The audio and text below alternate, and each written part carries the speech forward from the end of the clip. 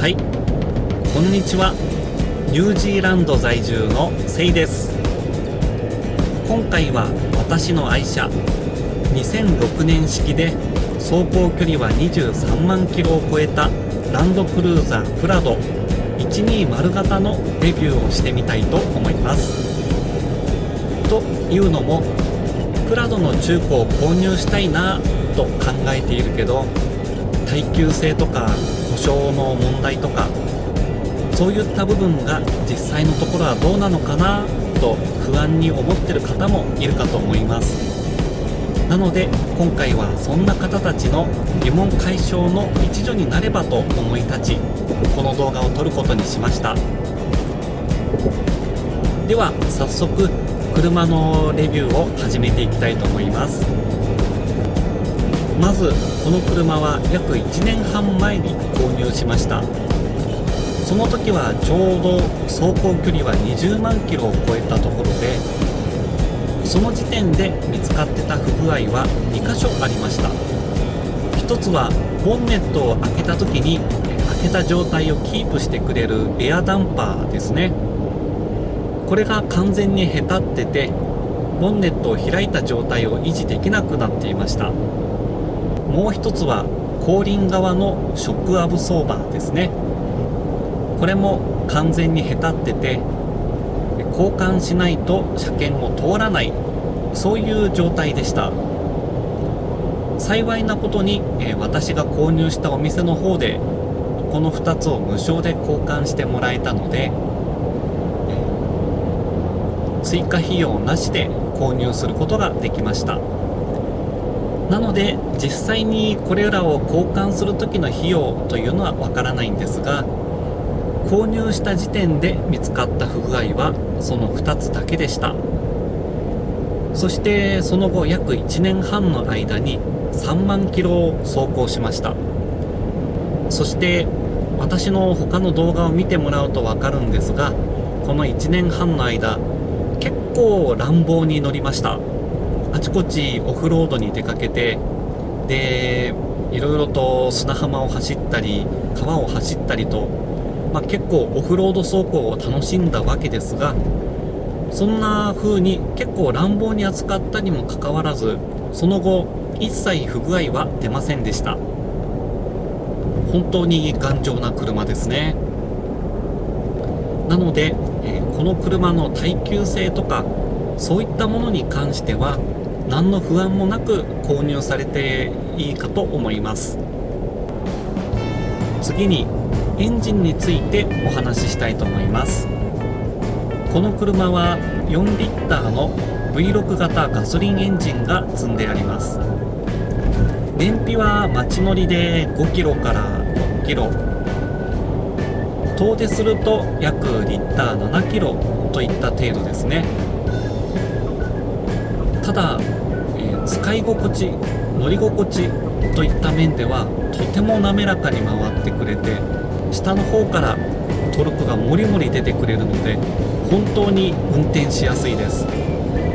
アクセルワークに変に気を使うことなく、逆に信号で発進する時なども安定して滑らかに発進してくれます。なので本当に気持ちよく運転することができますね。また高速道路の上り坂でも余裕で追い越しをすることができます。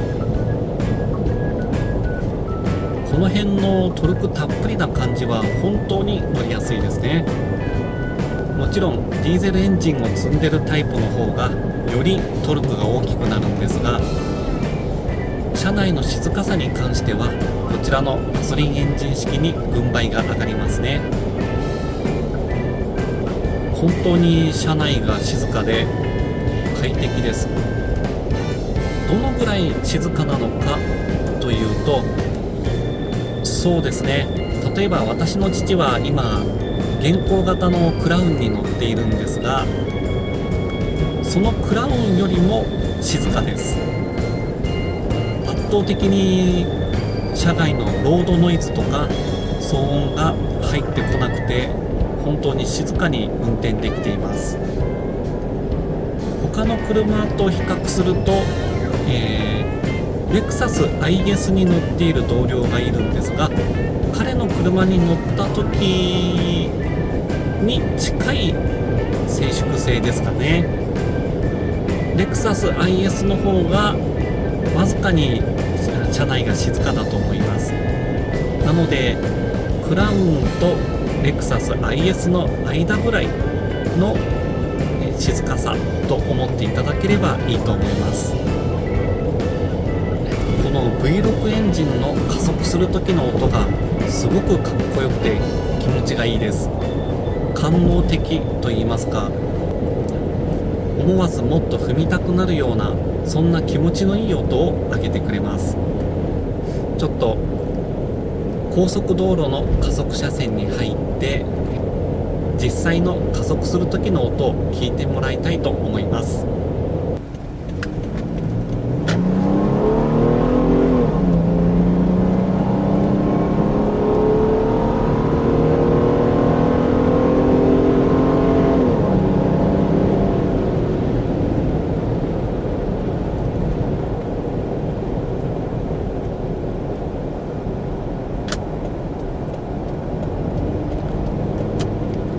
はい、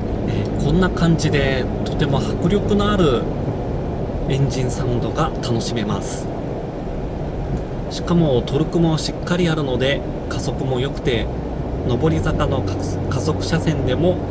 こんな感じであっさりと流れに乗ることができます。次に車の乗り心地についてですね。これはやはりフレーム車ということもあって、R のきつい峠道などこういったところを走るときは車体が左右に大きく振られる感じがあります。こればかりはどうしようもない部分ですね。なのでモノコックボディ式の街乗り SUV にはかなわない部分がありますね。ただ高速道路などまっすぐな道を走るときはもともとの直径の大きなタイヤと相まって本当に静かで快適なドライブが楽しめます。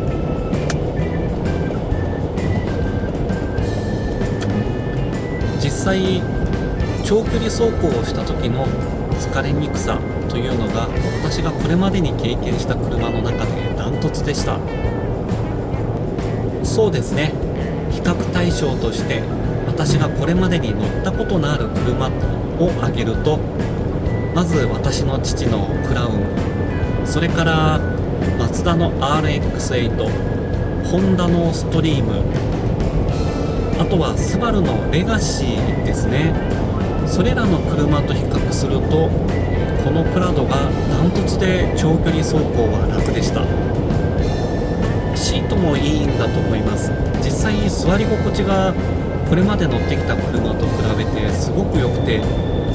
疲れにくいですね。よく長距離走行をしていると私の場合腰とあとお尻、ももの後ろの部分、こういったところが疲れが溜まりやすくなるんですが、なかなかここら辺が疲れなくって3時間とか4時間といった長距離走行で大した疲労感たまらないですね。これは本当にありがたいです。これは実際に買って何度も乗るうちに気づいた部分なんですが、本当に乗りやすいです。次にオフロード走行に関するレビューをしたいと思います。この車はオフロード用の車として有名なハイラックスなどと同じプラットフォームを使っているということもあって、オフロードでの走破性能は折り紙付きですね。その辺のちょっとした未舗走路を走るときなどまるで問題なくぐいぐい走ってくれる上にトラクションコントロールといった機能もついているので、タイヤが浮いて空転するような状況でもぐいぐいと前に進んでくれます。またこの車はフルタイム 4WD なんですが、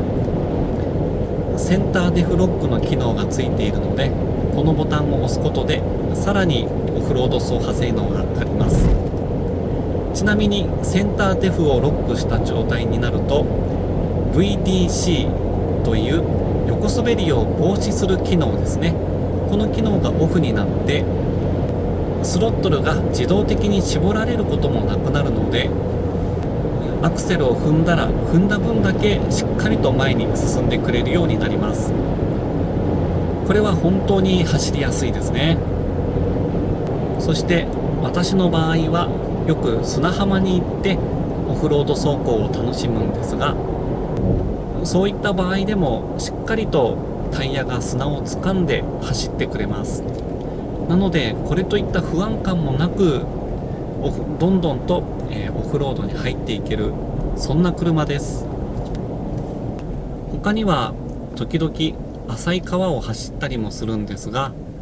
そういった時も防水性能がしっかりしているので CV ジョイントブーツの中に水が侵入してしまうといった不具合も起きていません。そういったオフロード走行車としての基本的な性能も本当にしっかりしています。はい、以上で私のプラドのレビューは終わりです。レビューとしてはいろいろと拙い部分もあったかと思いますが、120型プラドに興味がある人たちへのアドバイスになったなら幸いです。よろしければチャンネル登録もお願いいたします。ではまた次の動画でお会いしましょう。